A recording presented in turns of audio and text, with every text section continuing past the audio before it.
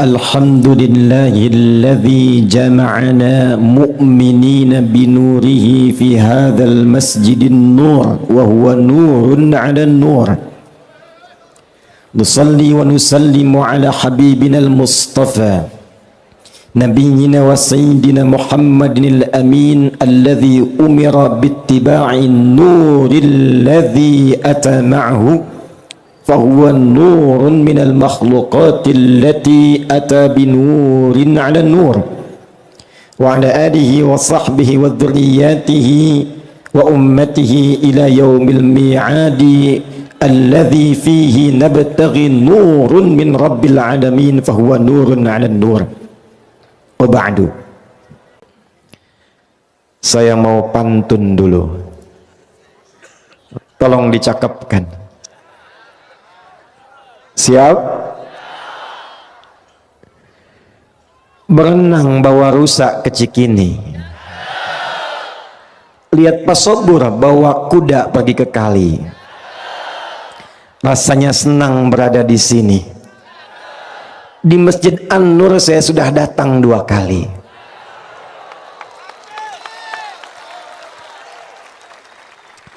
(1440 Hijrah), 5 tahun yang lalu.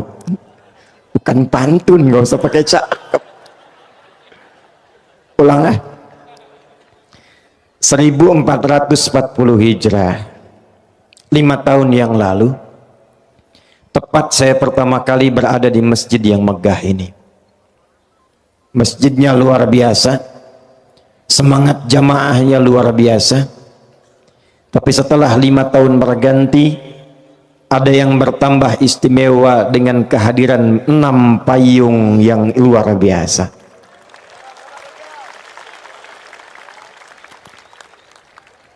Tapi saya takut, saya khawatir dengan bertambahnya fasilitas ini, meningkatnya kualitas segala yang ada di masjid ini, saya khawatir tidak diiringi dengan peningkatan kualitas keimanan dan kekuatan untuk beribadah di masjid ini.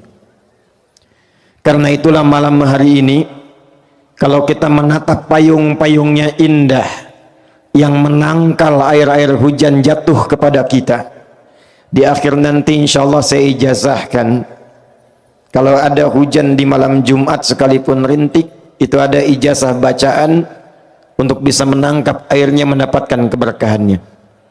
Karena malam ini setelah 5 tahun ada payung, kita akan ngaji ayat dan hadis tentang payung saja. Sepakat?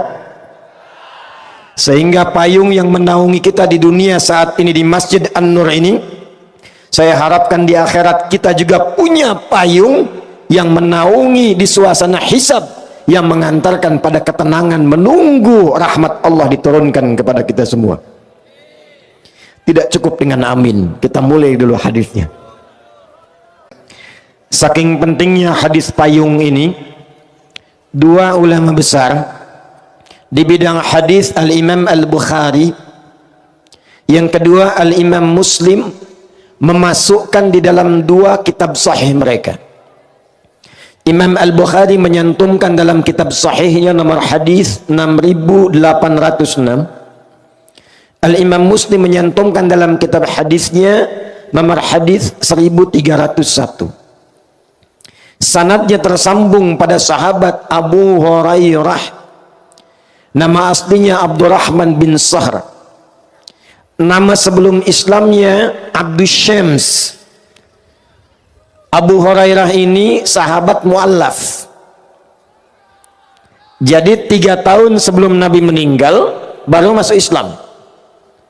Tapi hikmahnya kelak menjadi fikih tuntunan untuk mu'allaf.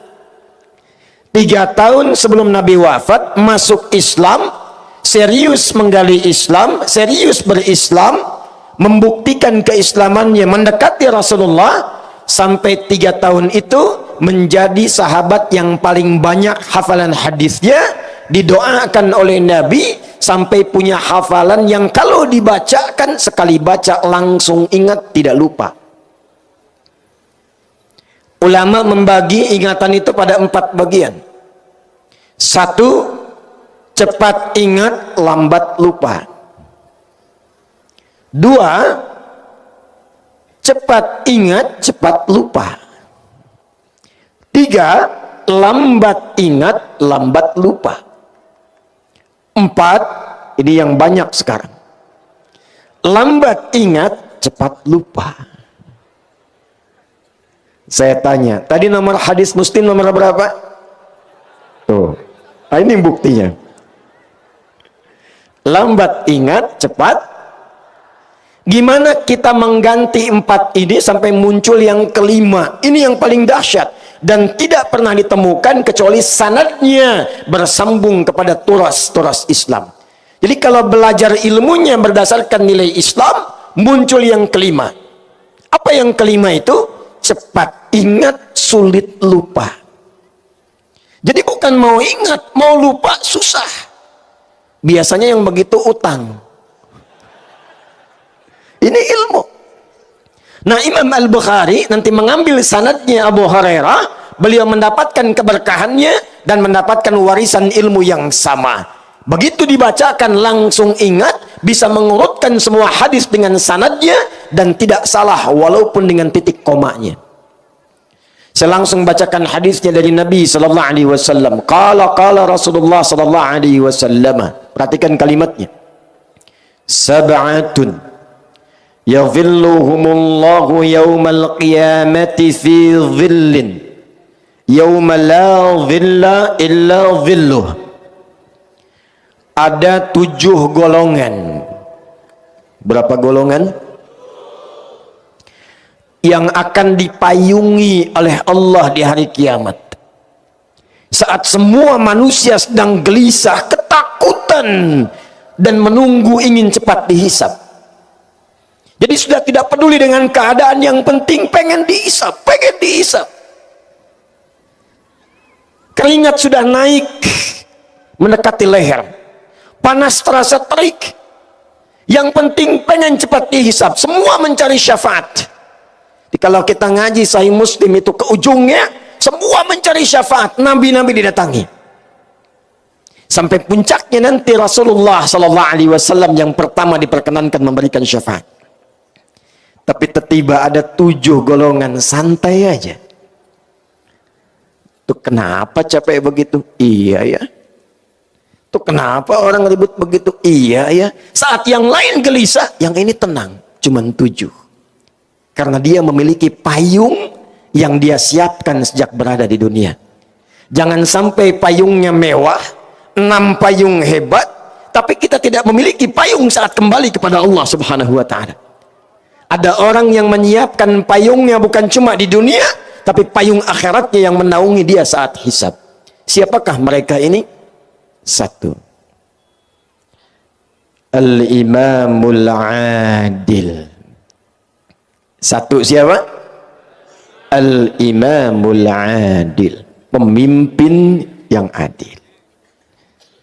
Sekarang saya fokuskan dulu bagiannya Pak Gub dan Pak Wagub. Pak Danrem, Kapolda, Kejaksaan, Ketua Pengadilan Tinggi, masuk bab yang pertama ini. Ternyata Masya Allah, golongan pertama yang akan dinaungi para pemimpin. Tapi apakah Pak Gub dan Pak Wagub termasuk di dalamnya? Inilah kehendak Allah yang menjadikan materinya dibahas. Barangkali karena inilah kemudian Allah inginkan gubernur, wakil gubernur, seluruh unsur pimpinan dari Riau ini akan menginspirasi sejak malam hari ini, bukan sekedar memimpin Provinsi Riau, tapi menyiapkan payung besar di akhirat, sehingga mendapatkan payung di sisi Rasulullah sallallahu alaihi wasallam. Kapan itu terjadi? Ketika menjadi imamun adil. Pak Gub mohon izin, Pak Wagub. Di dalam Islam, pemimpin itu istilahnya cuma 1. Kalau bahasa Arab standar, pemimpin sekarang disebut dengan Rais. Presiden, Rais Daulah. Gubernur, Rais Muhafadzah, kadang disebut Hakim. Bupati, Rais Baladiyah, Rais. Tapi dalam istilah Islam, mau ditarik ke Quran, mau dibawa ke hadis, itu diganti istilahnya bukan dengan rais, tapi pokok dasarnya menggunakan kata imam. Apa itu imam? Imam dalam bahasa Arab itu bukan sekedar pemimpin, tapi pemimpin yang mampu mendekatkan yang dipimpinnya dan mengenalkan mereka dengan Allah Subhanahu wa Ta'ala. Pemimpin yang mampu mendekatkan dan mengenalkan yang dipimpinnya dengan Allah Subhanahu wa Ta'ala. Satu. Jadi mohon maaf, yang akan ditanya di yaumil hisab bagi Pak Gubernur, bagi Pak Wagub, bagi Bupati, bagi Camat, bagi Lurah, RW, RT, bukan akan ditanya berapa infrastruktur yang sudah engkau bangun, berapa kemewahan yang sudah dihadirkan, berapa ketertiban yang sudah diciptakan. Bagus, itu bekal amal soleh. Tapi pertanyaan pertama, dari 6,8 juta rakyat Riau ini, berapa yang sudah kenal dengan Allah Subhanahu wa Ta'ala? Pertanyaan pertama. Jika pemimpinnya muslim, jika pemimpinnya muslim, dan ternyata dengan status imam itu ketika dekat dengan Allah, maka disifati oleh Rasulullah sallallahu alaihi wasallam yang kedua, adil. Imamun adil, bukan sekedar imam. Kapan imam itu bisa menjadi adil? Disinilah spirit yang bisa kita naungkan di pertemuan malam hari ini. Maka dicontohkan oleh Nabi sallallahu alaihi wasallam, kenapa setiap pemimpin saat ini kalau dia muslim itu oleh Quran sebelum memimpin diminta cek sholatnya dulu. Ini rahasianya. Ada orang-orang pada nerem ingin ikut berjuang, turun ayat mengatakan jangan dulu pengen berjuang, betulkan dulu sholatnya, belajar dulu dalam prinsip sholatnya. Ternyata diantara hikmahnya, saya mau tanya, yang mimpin sholat itu disebut apa? Bukankah namanya sama? Sholatnya kalau ada imam di belakangnya ada apanya? Ada imam, ada makmum, sifat sholatnya berubah dari sendirian menjadi apa? Allahu Akbar. Tadi Ustadz Taqi sudah memimpin Al-Fatihah. Coba cek ya, saya cek nih pelan-pelan. Setelah mengatakan ghairil maghdubi alaihim waladdallin,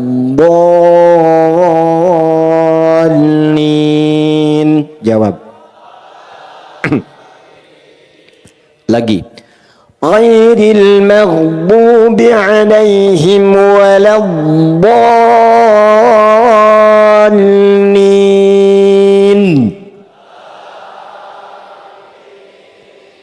Itulah hebatnya hubungan imam dan makmum. Kompak. Imam suaranya pelan, makmum pelan. Nggak ada imam baca begini, ghairil maghdubi alaihim waladdallin, amin. Coba cek. Dan ternyata babnya cuma di situ aja, bukan cuma di situ. Dimulai dari sejak akan sholat, calon pemimpin yang hebat kalau benar sholatnya, dibawa kemudian praktek sholat, dibawa hikmahnya, maka hikmah dalam kepemimpinan sholat itu ketika dibawa memimpin masyarakat, itulah yang akan menjadikan masyarakatnya makmur, maju, kompak, pemimpinnya adil, kebijakannya bagus, rakyatnya sejahtera dan makmur. Apa diantaranya? Yuk kita bahas satu-satu. Mari kita lihat. Satu, Bapak Ibu masih ingat yang ikhwan, kalau Nabi mengajarkan sebelum imam maju itu, maaf, langsung takbir atau nengok ke belakang? Nengok. Nengoknya formalitas atau ada ketentuan? Saya perhatikan imam-imam sekarang kalau mau sholat cuma nengoknya formalitas. Dapatkan, luruskan. Ada makmum begitu tuh. Baru kali ini saya ngimamin dan baik, lihat sini, itu dipraktekkan Nabi. Kan ini prinsip imam ini, dibawa ke tentara nyambung, ke polisi nyambung, ke semua level nyambung.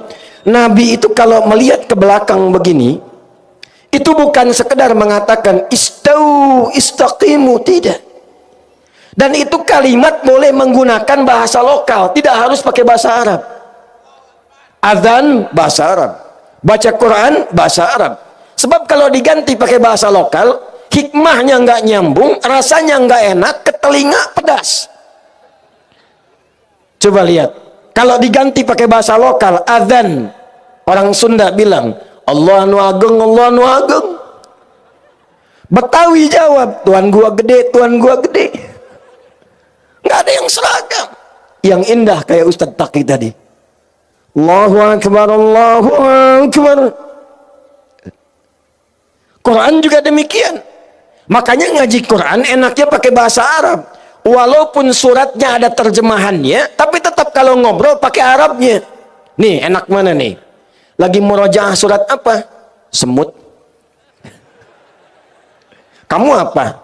Surat Mak-Mak. Semut An-Naml, Mak-Mak An-Nisa. Itu si fulan lagi ngapain? Murojaah sapi. Al-Baqarah. Nggak enak.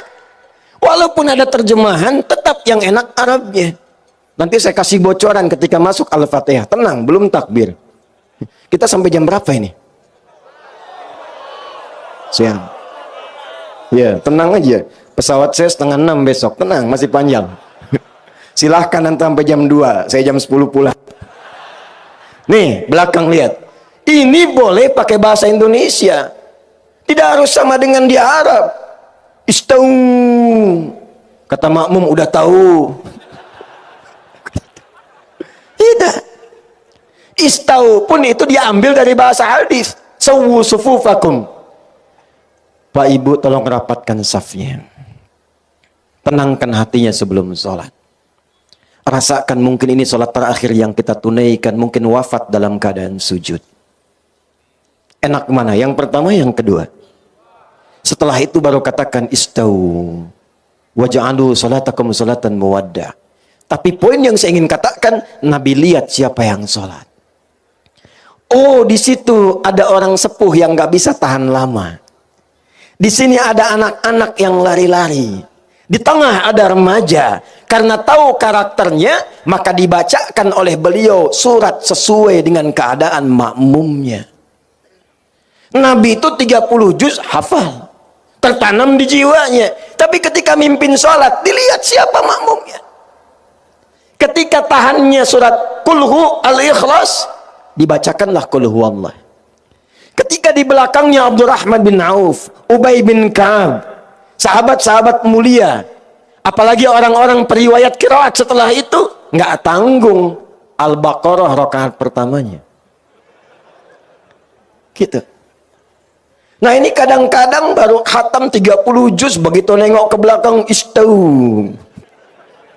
Langsung ngadap kiblat nggak tanggung. Ghairil maghdubi alaihim waladdallin. Amin. Yasin.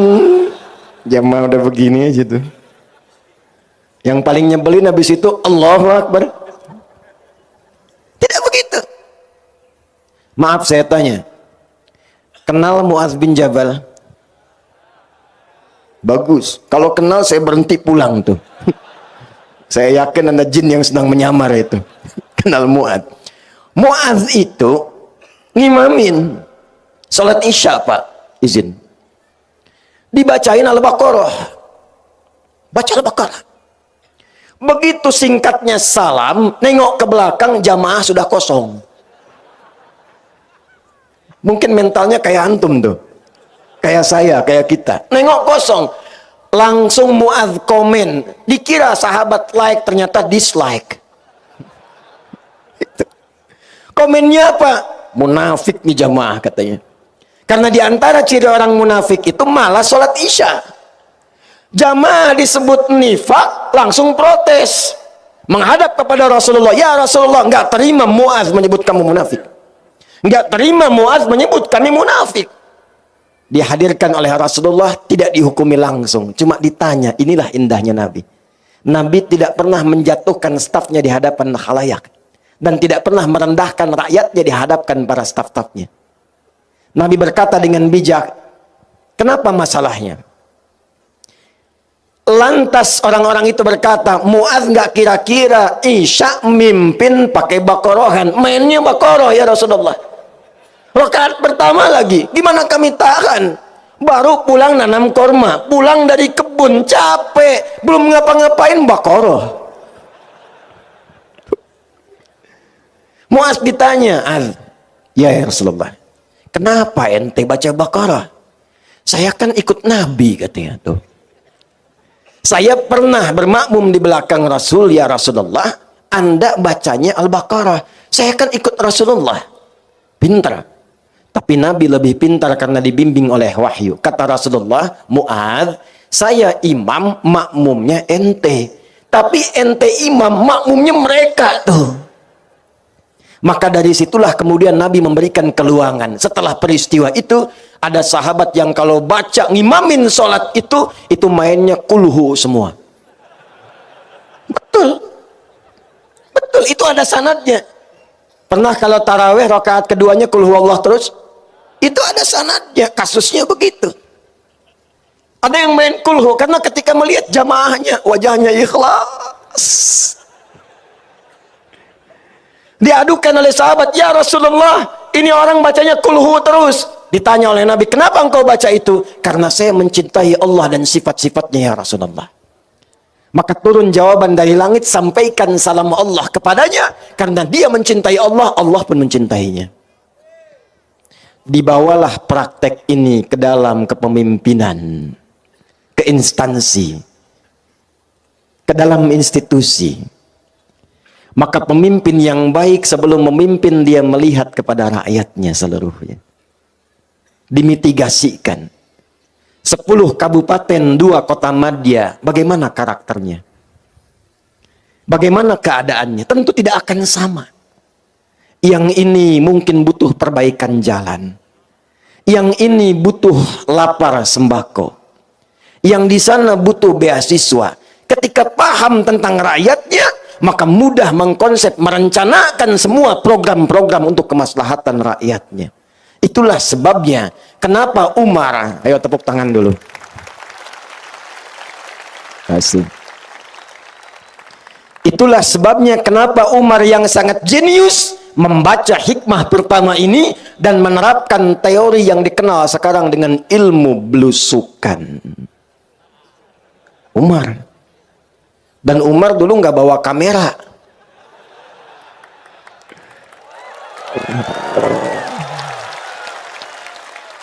Bukan, karena saat itu belum ada.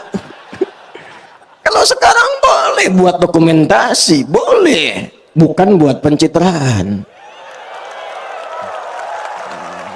Kenapa rame begini? Nih, Umar. Umar. Umar, jangan lihat sini, Umar. Jalan malam-malam. Begitu lewat satu tempat di Gubuk, seorang ibu sedang mengaduh membuat syair. Ternyata ibu itu sedang fakir, punya beberapa anak, nangis lapar. Dapurnya tidak mengebul, yang ada cuma batu, maka pura-pura masak batu dengan pasir digoreng-goreng. Dia membuat syair dan berkata, kalau bahasa kitanya, duhai Khalifah Amirul Mukminin, senang-senang engkau di istana, rakyatmu sekarang lapar seperti ini tak bisa makan, engkau yang akan dihisab di hari kiamat. Umar lewat, tidak diketahui, tidak memperkenalkan diri, dengar kemudian pengaduhan itu, langsung berangkat ke gudang persediaan, gudang sembako, dimasukkan ke dalam karung, dipikul gandum itu dengan pundaknya.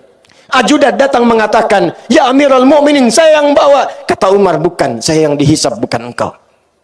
Dibawa ke hadapan ibu itu, kemudian dimasakin di depannya tanpa mengatakan saya Umar. Ibu itu sambil nunggu dimasakin masih sempat-sempatnya menyebut Umar. Dasar khalifah, santai-santai di istana, orang lain yang masakin kami, katanya. Disuapi oleh Umar. Selesai itu semua, pulang tanpa mengatakan sayalah Amirul Mukminin.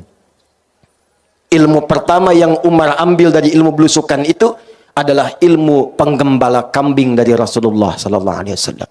Itulah hikmahnya. Kenapa semua nabi yang pernah bertugas di muka bumi ini, dari Nabi Muhammad SAW sampai Nabi Adam alaihissalam, Muhammad SAW bin Abdullah bin Abdul Muttalib bin Hashim bin Abdul Manaf bin Qusay bin Murrah bin Kilab bin Ka'ab bin Ghalib bin Fikir bin Malik bin Nadar bin Kinana bin Khuzaimah bin Mudrika bin Ilyas bin Nizar bin Ma'ad bin Adnan bin Addi bin Adri bin Muqawwam bin Nahur bin Tarikh bin Ya'rub bin Yasjub bin Nabit bin Ismail alaihissalam bin Ibrahim alaihissalam bin Azar atau bin Nahur bin Abir bin Kinan bin Arfakhshad bin Sam bin Nuh alaihissalam bin Mihlail bin Matushala bin Kinan bin Anwas bin Tif bin Adam alaihissalam.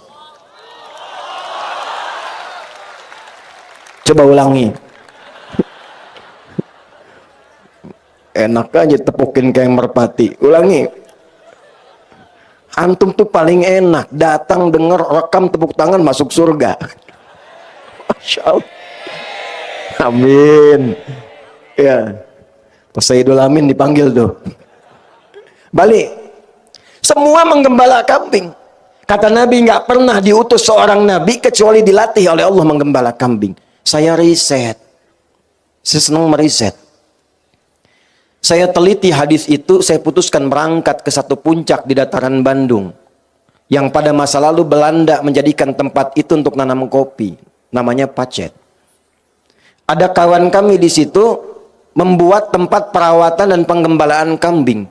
Itu begitu saya baru masuk, saya paham. Allahu Akbar, saya katakan. Allahu Akbar. Saya tes kasih makan. Yang dikasih makan begitu mau diberikan, meh. Yang sana belum dapat, meh. Tiba ada yang beda, meh. Saya tanya, yang itu kenapa? Itu sakit, Ustaz, katanya. Oh. Ada lagi yang lain, meh. Saya tanya, itu kenapa? Itu sedang ketakutan, Ustaz. Allahu Akbar. Rupanya, kenapa para pemimpin diminta belajar dari penggembalaan kambing? Tidak harus habis ini Pak Gubernur langsung gembala kambing. Tidak. Bukan itu maksudnya. Salah paham sih itu sih. Bukan. Yang dimaksud mitigasikan rakyat. Kalau sudah tahu hikmahnya, mitigasikan rakyat. Kadang-kadang suaranya beda-beda. Kecamatan Mando, jalan rusak.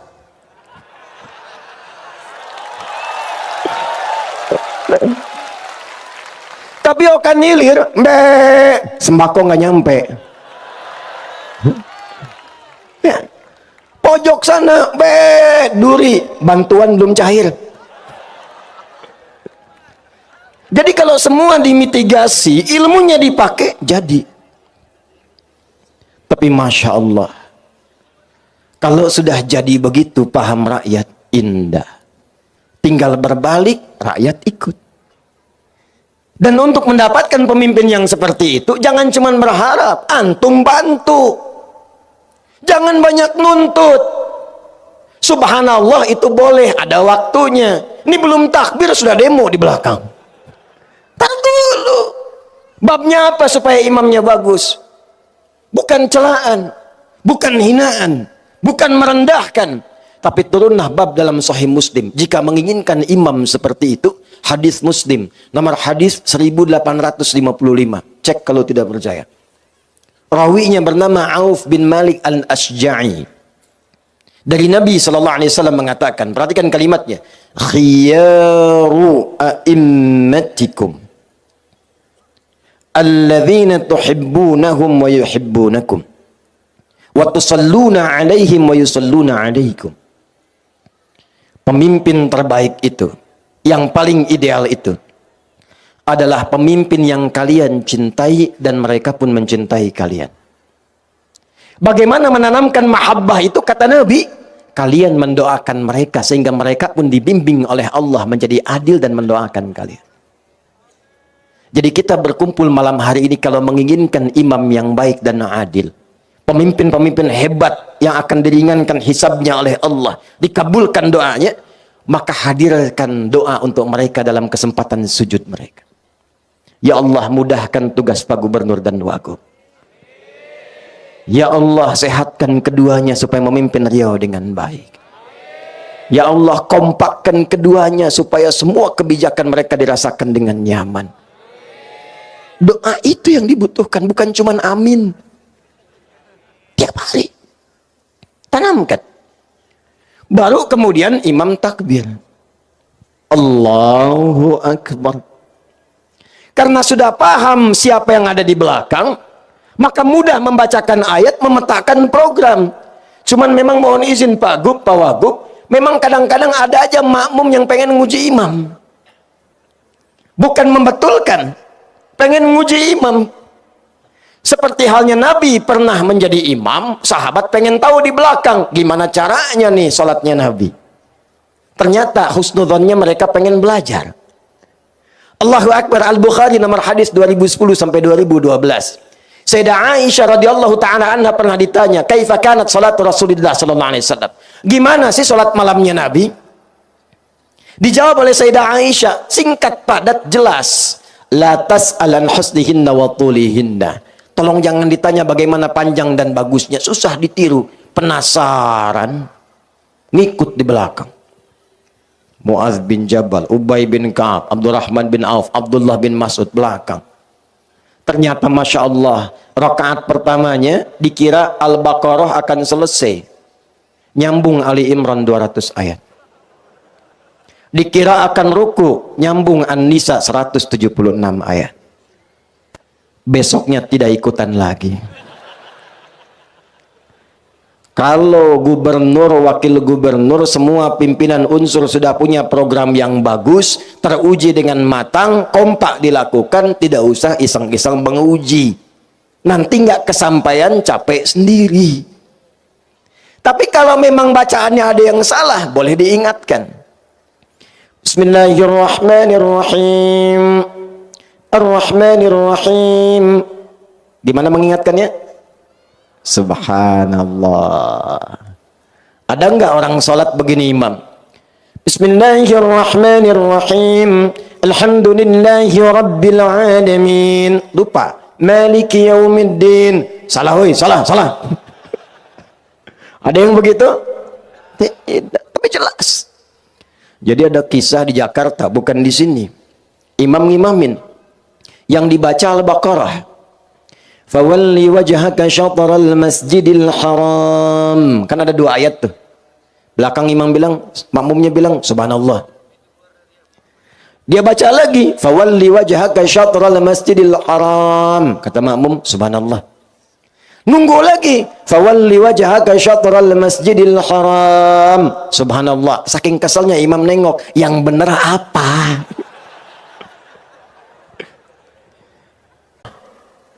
Boleh meluruskan, boleh memberitahu, tapi ada caranya. Maka di sini ada anggota dewan, di sini ada jalurnya. Pakai itu. Jangan sedikit-sedikit kemudian subhanallah, sedikit-sedikit subhanallah. Kalau menginginkan imamnya benar, bacaannya benar, maka kompak doakan imamnya. Di belakang ada intelektual, ulama-ulama yang hebat. Karena itu Pak Gubernur, Pak Wagub gak bisa berdiri sendiri. Di sampingnya mesti ada ulama.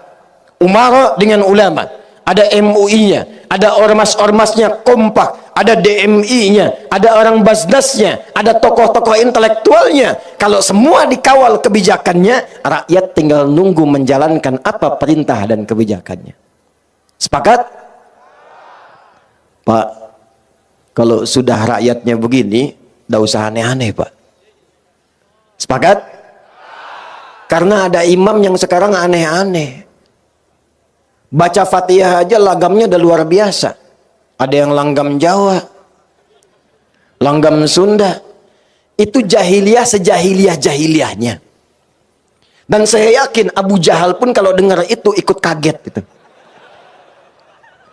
Nih, saya kasih rahasia. Ini antara kita aja ya. Sepakat ya? Jangan bilang-bilang loh.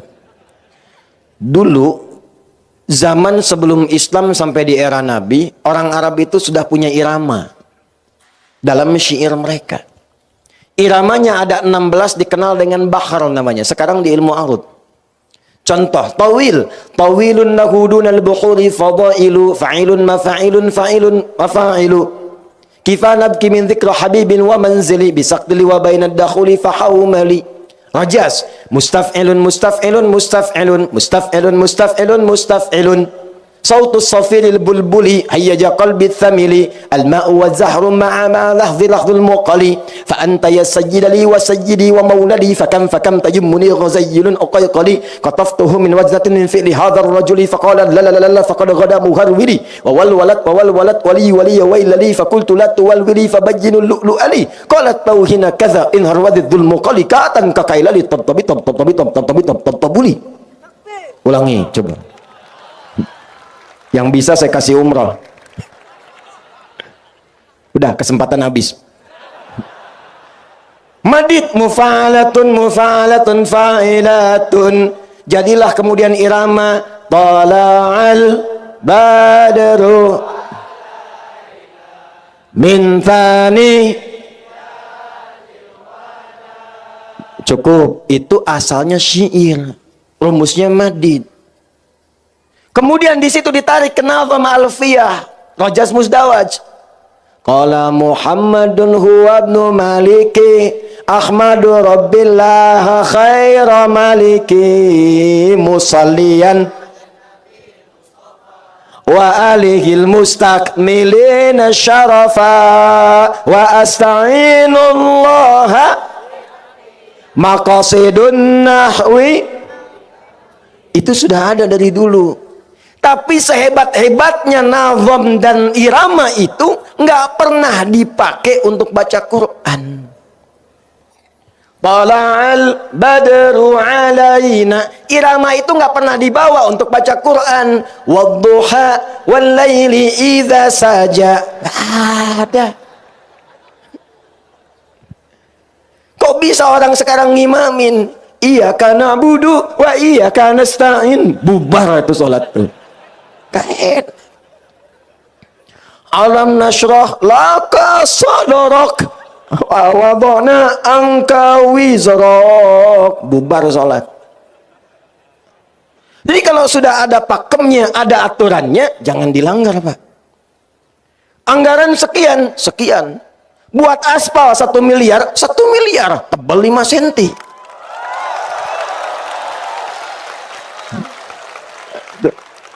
Jangan sampai sapi makan rumput, manusia makan aspal. Mohon maaf Pak, mohon maaf.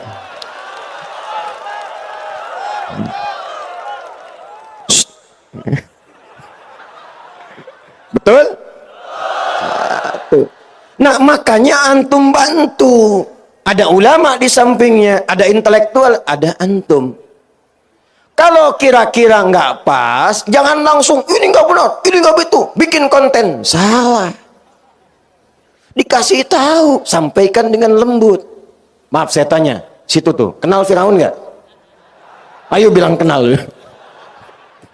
Saya kasih tahu, Bu, tadi pagi di Bengkalis, ada anak kecil kenal Firaun.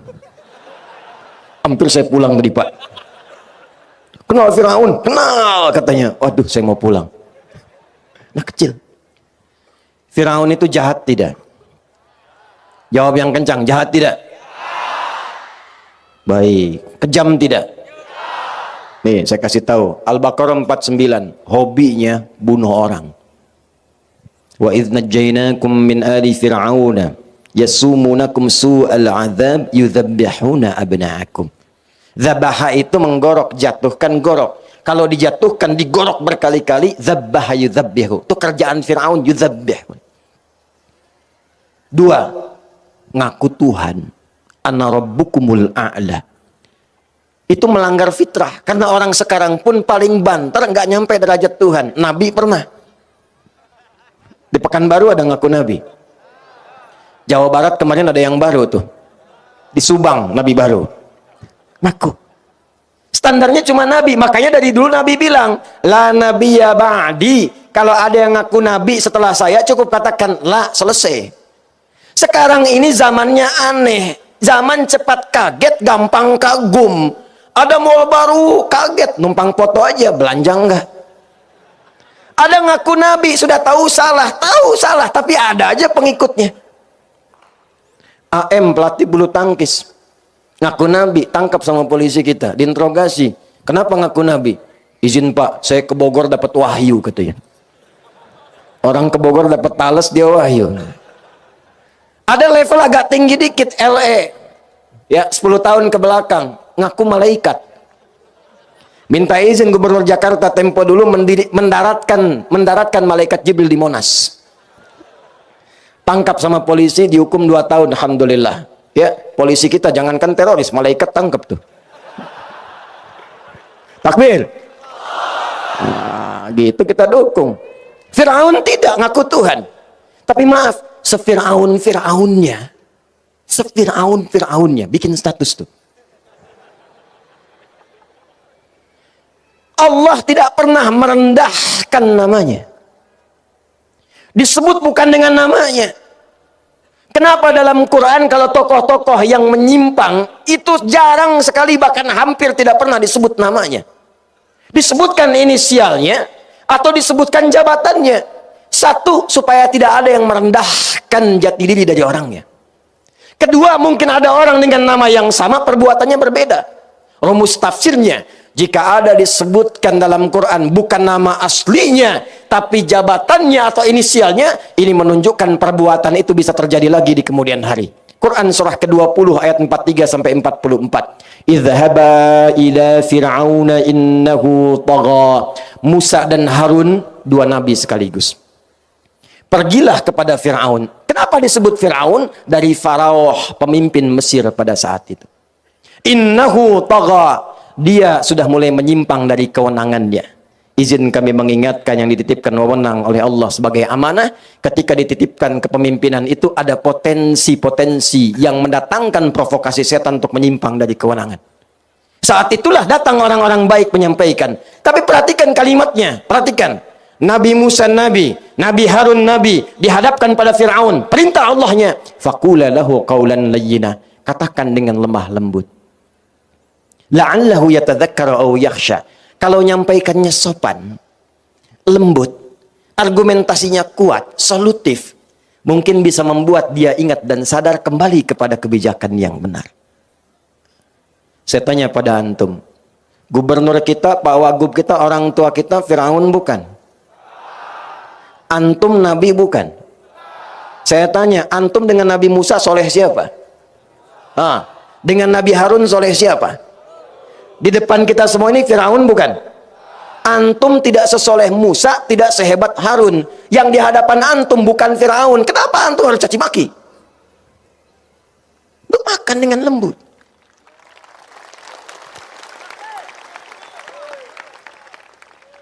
Jangan suka menyindir untuk merendahkan. Doakan, bawa kelembutan, hadirkan kedamaian. Itu solusi namanya.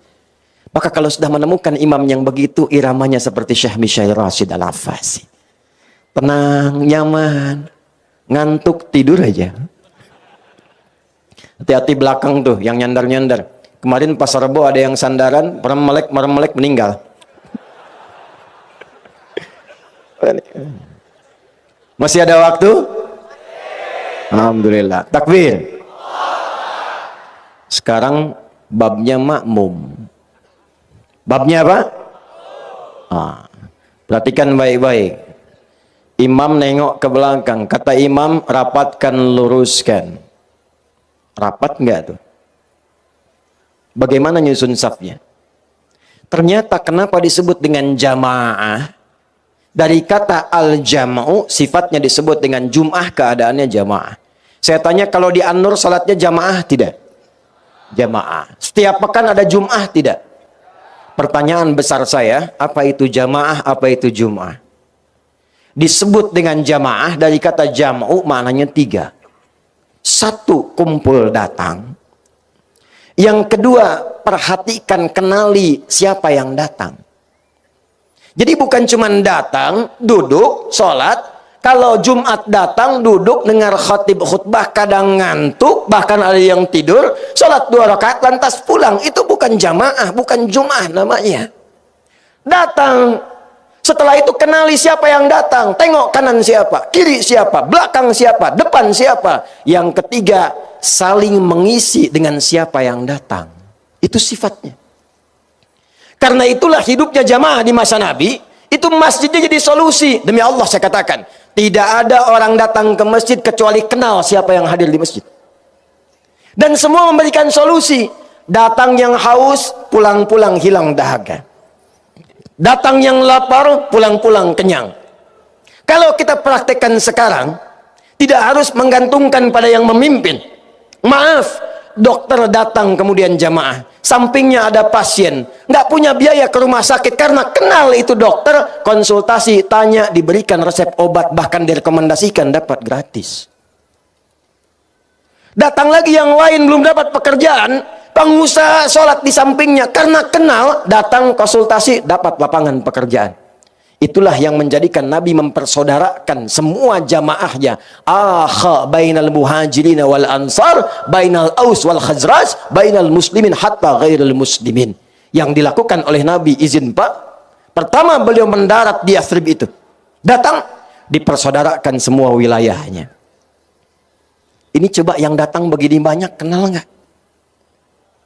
Kalau kemudian ini dihimpun ada datanya, dibikin aplikasi, 10 kabupaten, 2 kota madya, dimasukkan ke aplikasi, database Riau, ustadz-ustadznya siapa, kepakaran di bidang apa, nanti ditempatkan ngajinya di mana, UMKM-nya dimasukkan ke aplikasi, yang jualan beras siapa, yang jualan baju siapa, yang jual sayur siapa. Begitu membutuhkan tinggal klik datang, yang ojeknya kemudian dibina di situ, diberikan bimbingan dari Basnas, yang bayar kita, muter semua di luar, di Riau, ekonomi berjalan, padat, kalau nggak ada baru keluar, hidup.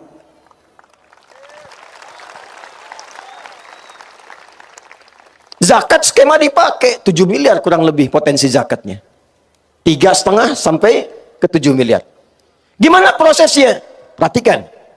Kata Nabi, tu'khadhu min aghniyaihim wa turaddu 'ala fuqaraihim. Kalau ada yang susah, yang kaya-kaya subsidi lewat zakat. Tapi jangan langsung ke pusat setorkan.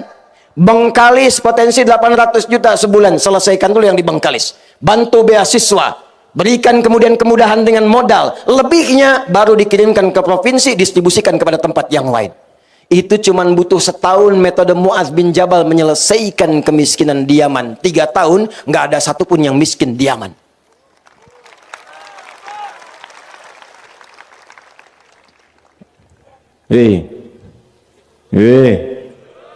Masa 7 juta nggak ada yang bisa aplikasi di sini? Sekolahin jadi programmer, pulang bikin aplikasi Ansor Muhajirin Amin, persaudaraan masyarakat rumpun Melayu di Riau. Masukkan aplikasi, begitu ada yang butuh panci, upload, perlu panci, tempat ketinggalan, yang lain melihat, masa iya dari 7 juta nggak mau yang bisa kirim panci? Nggak harus pakai APBD. Terakhir, apakah semua di sini muslim semua? Apakah Riau muslim semua? Tidak, ada non-muslimnya. Apakah di Madinah semua muslim? Di zaman Nabi ada Yahudi? Ada non-muslim? Inilah indahnya Islam. Pemimpin sekalipun ada yang non-muslim, disamakan hak-hak administratifnya. Jangan dibedakan urusan pelayanannya. Nabi samakan semuanya sama dan rata.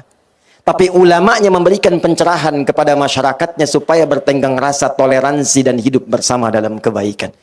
Anda silahkan cek dan bandingkan dengan kitab manapun yang disucikan. Tidak ada seindah Al-Quran dan hadis Nabi Muhammad SAW.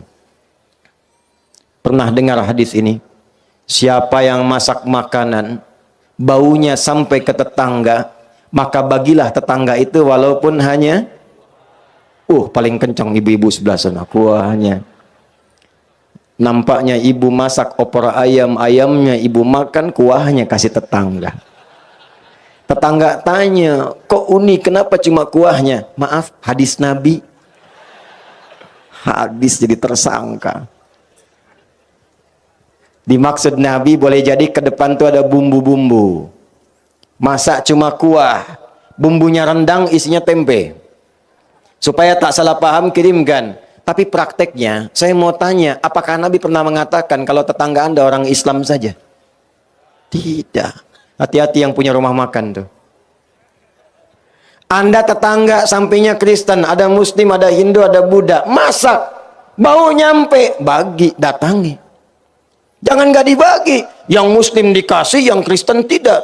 Yang Kristen tanya, Pak, kayaknya enak ya opornya. Emang enak, cuman ente kafir. Gak boleh. Dan itu dosa. Dosa itu. Itu dosa. Bayangkan hubungan Muslim dengan non-Muslim. Yang Muslimnya bisa dosa. Masak. Siapkan nampannya. Ketok rumahnya. Pagi Pak, pagi. Ini ada sedikit Pak. Oh, banyak begini.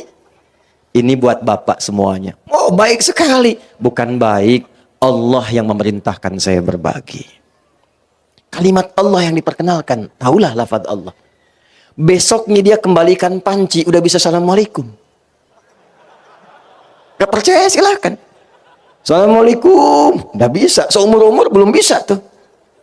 Begitu dibuka, dia kembalikan. Terima kasih Pak. Plus pertanyaan. Kira-kira hari ini Allah ngasih perintah berbagi lagi nggak?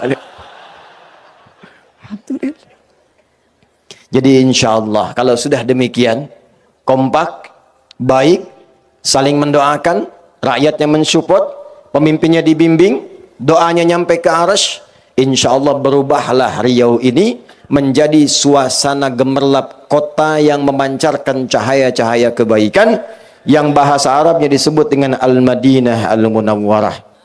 Ini yang baru mirip payungnya aja. Yang baru mirip. Saya menginginkan insya Allah setelah ini yang mirip karakternya. Yang mirip orangnya. Saya sebelum tutup izin ingin menyampaikan Pak Gub, Pak Wagub, dan semua, saya mencintai Anda semua karena Allah. Insya Allah mulai hari ini saya sertakan nama Anda dalam sujud-sujud saya juga. Tapi saya menginginkan ketika datang ke sini lagi, insya Allah kita semua menjadi lebih soleh di hadapan Allah. Saya takut dan saya mohon maaf 5 tahun ke sini saya khawatir tidak berusaha merubah apa-apa dengan lebih baik. Kalau Anda tidak mendapatkan apapun dari saya malam hari ini, besok-besok cari ustadz lain yang membuat Anda dekat dengan Allah, bertambah pengetahuan. Tundukkan hatinya. A'udzubillahi minasyaitonirrajim. Bismillahirrahmanirrahim. Alhamdulillahi Rabbil Alamin. Nahmaduka ya Rabbana hamdan kama 'allamtana an nahmadak wa nashkuruka syukran kama 'allamtana an nashkurak. Antal muqaddim wa antal muakhir biyadikal khair innaka 'ala kulli syai'in qadir. Allahumma nusalli wa nusallim ala habibikal karim rasulikal mustafa al-amin sayyidina Muhammadin wa ala alihi wa sahbihi ajma'in. Rabbana inna nas'aluka bi asma'ikal husna wa sifatikal 'ula an taghfir lana ya arhamar rahimin dhunubana wa kaffir 'anna sayyi'atina ya al-ghafir al-ghaffar al-ghafur ar-rahim la tada'na fi maqamina hadha wa fi kulli maqamin dhanban illa ghafartah. Ya Allah yang Maha Pengampun tanpa batas, kami menyadari di tempat ini ada satu di antara sekian hamba-Mu yang mungkin berlumur dalam dosa. Dengan keikhlasan ia datang mohon ya Allah, jangan biarkan satupun hamba-Mu meninggalkan majlis ini kecuali Engkau ampuni seluruh dosa-dosanya. Wala hamman illa farajtah. Jika ada yang datang di malam hari ini membawa kegelisahan, jangan biarkan ia pulang kecuali Engkau telah tenangkan keadaan jiwanya. Wala asiran illa yasartah. Ya Allah, boleh jadi di antara satu kami ya Allah ada yang datang membawa kesulitan di pekerjaannya, di rumah tangganya, jangan biarkan ia pulang kecuali Engkau telah ringankan dan hilangkan seluruh kesulitannya. Wala maridan illa syafaitah. Jika ada yang sakit mohon angkat dan sembuhkan penyakitnya. Wala dainan illa qadaitah. Jika ada di antara kami yang diuji dengan utang piutang, mohon limpahkan rizki untuk melunasi utang-utangnya. Allahumma ja'al baqiyata hayatina hayatan thayyibah wa akhir wafatina husnal khatimah. Tawaffana muslimin wa khaffif lisanana naqula kalimat at-tauhid la ilaha illallah Muhammadur Rasulullah. Wa ajib kalimatana biqaulika ya ayyatuhan nafsul mutmainnah irji'i ila rabbiki radiyatan maradiyah fadkhuli fi ibadi wadkhuli jannati. Ya Allah, bila masih ada sisa kehidupan bagi kami di esok hari atau di malam ini, mohon jadikan sisa hidup kami lebih baik dan Kau berkahi ya Allah.